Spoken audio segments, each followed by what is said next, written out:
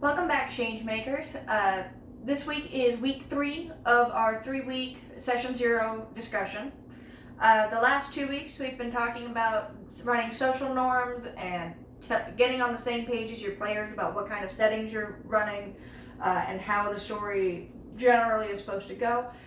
We also talked about how to tell who your players are and what they're interested in playing and how they tend to play games without needing to kind of tear that information out of them. This week we are going to be talking about tone and how to set boundaries. Before we dive into the questions, I wanted to make sure we really hit home on why this part of Session 0 is really important.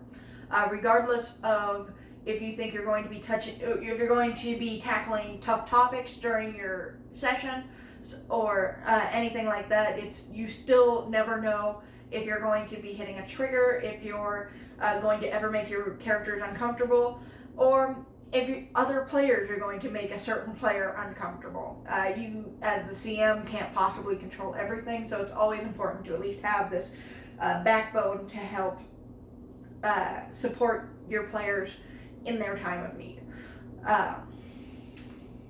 Additionally, this is also important for things like emotional bleed, making sure that your players can separate from the story a little bit. Sometimes their character's emotions will bleed into the player, and they end up getting angry with other players, or they get angry with the CM, and it's not necessarily about player dynamics or anything like that. It can just be they got too involved in the story and need to take a step back.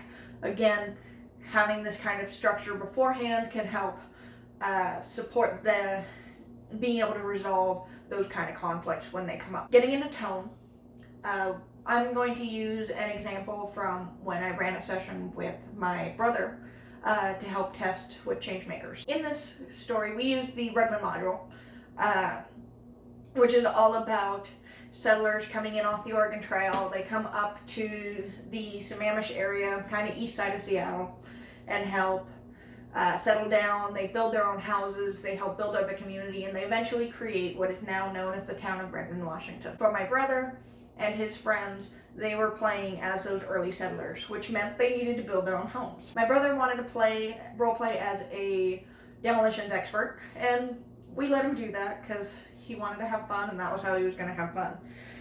It didn't mean that he really wanted to blow things up.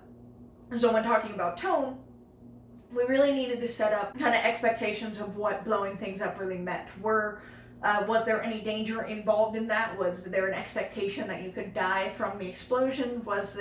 How silly could he get if he blew something up? Would it go in big, fantastic action movie kind of explosions? Would it be more realistic? Or would it be more cartoony? Or because he wanted to blow up trees, when he blew them up, would they go fly up into the sky and come back down as fully formed, perfect planks to be able to put into his house?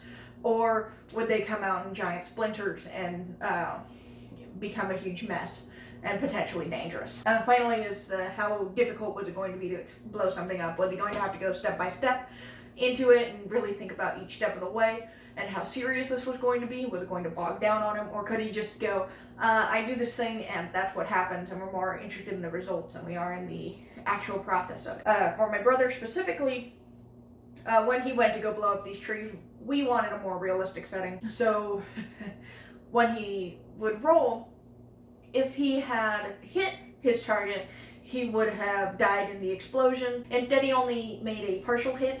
So while he was having a lot of fun, he still took a lot of stability point damage for that and almost died, but got out of it and was able to continue to play the game. The other sides of tone, there's 2 other points here with the same example. The second one was another one of my brother's friends wanted to be an architect, and that was his big focus. So when they had to go and make their homes, he was going to make the best house in the neighborhood. He was also wanting to play as a kind of elitist kind of character, so he wasn't willing to help out the other players with their homes. So while they're all making their rickety houses where 2 planks are just kind of nailed together and you hope they hold, he was over here building this gorgeous house on the lake, and it was going to look beautiful with the best materials and all of that. This ended up creating some animosity between him and the other players. And in terms of tone, this was a big point that we had made about whether or not this was a wholly cooperative experience.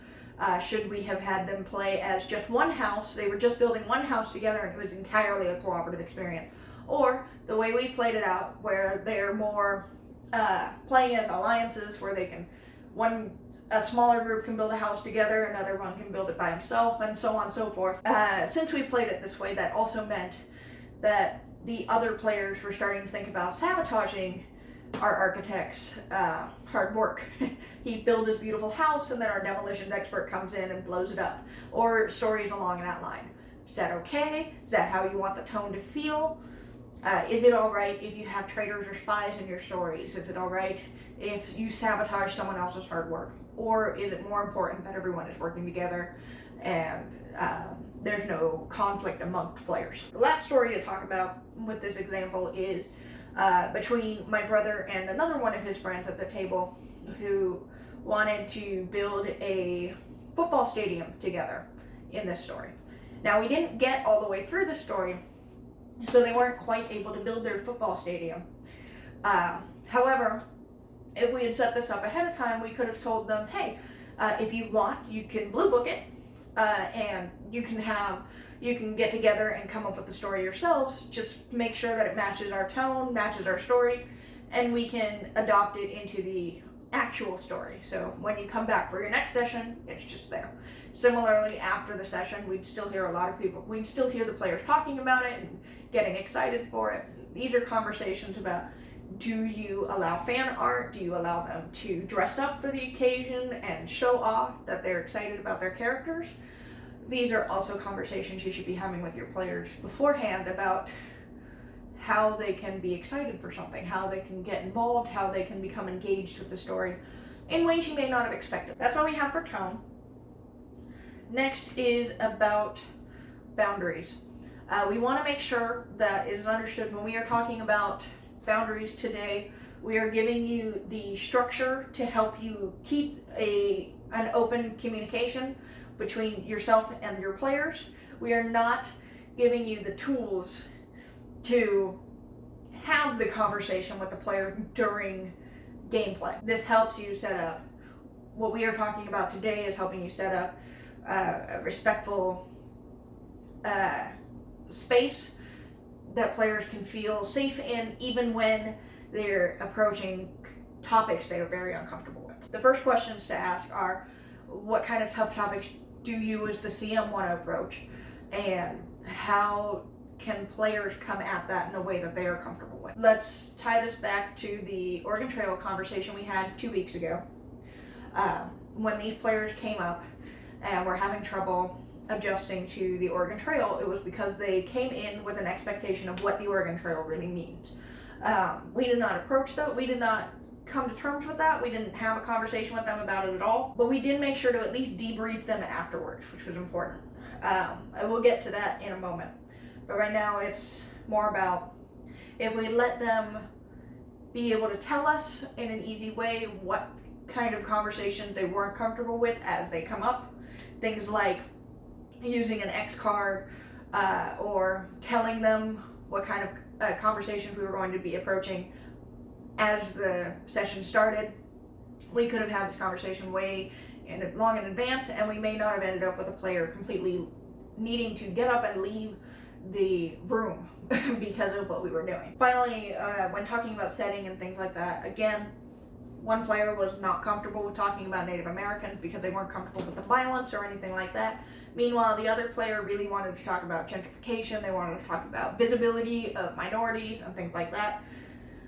And knowing where that boundary line existed for both of them to be comfortable in the same space was really important. We ended up having a conversation with one of them, but because we couldn't have the conversation with the other one, we felt it was a failed experience. Aside from that example, other things to care about when you're talking about lines and boundaries is how far do you go and how do you tone it back? This is something that gets lost a lot when talking about X cards and lines and bails, it tends to be more about when a player brings up an X card, the CM just stops the conversation and moves on to the next scene.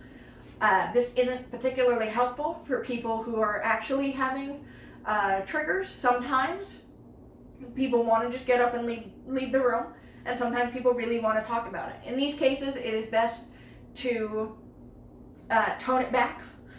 Maybe it's just using less graphic description. Sometimes it's making sure you just shove it off to the side and just push it off screen, and we move through the rest of the conversation. And you kind of push your way through it.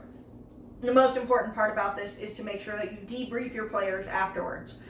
This means at the end of every single session, you're talking for a few minutes with your players about what did they like about the game, about the session, what did they wish they could have been improved on, or what do they wish they hadn't maybe done or talked about, and just as a way to kind of make sure that their voice gets heard and that they are actually working through these problems and not getting pushed off to the side like it's something that needs to be dealt with or something that just doesn't exist in the first place. This can feel detrimental, dehumanizing. There's a lot of issues with just pushing it off to the side. In addition to this, it's making sure you know what kind of topics players really do want to talk about.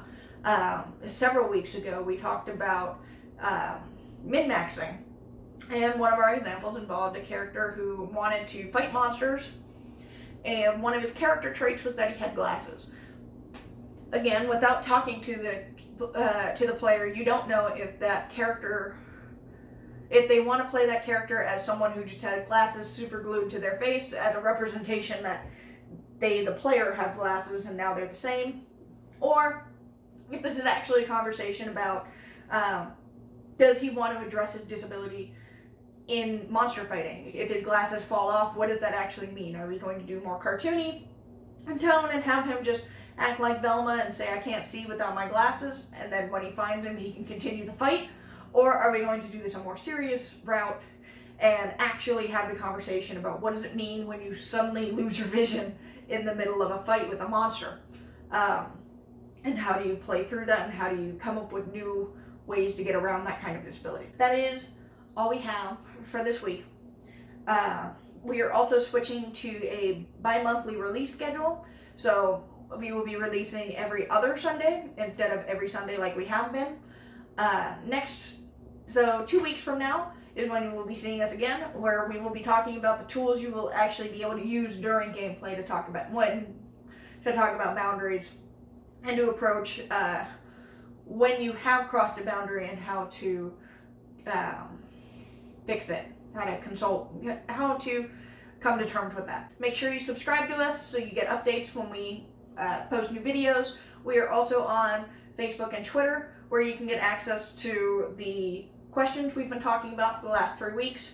Finally, you can email us with any questions or concerns you may have about the content that we've been posting, or about anything you want to know about ChangeMakers, anything like that. That is all we have. See you next week. Goodbye.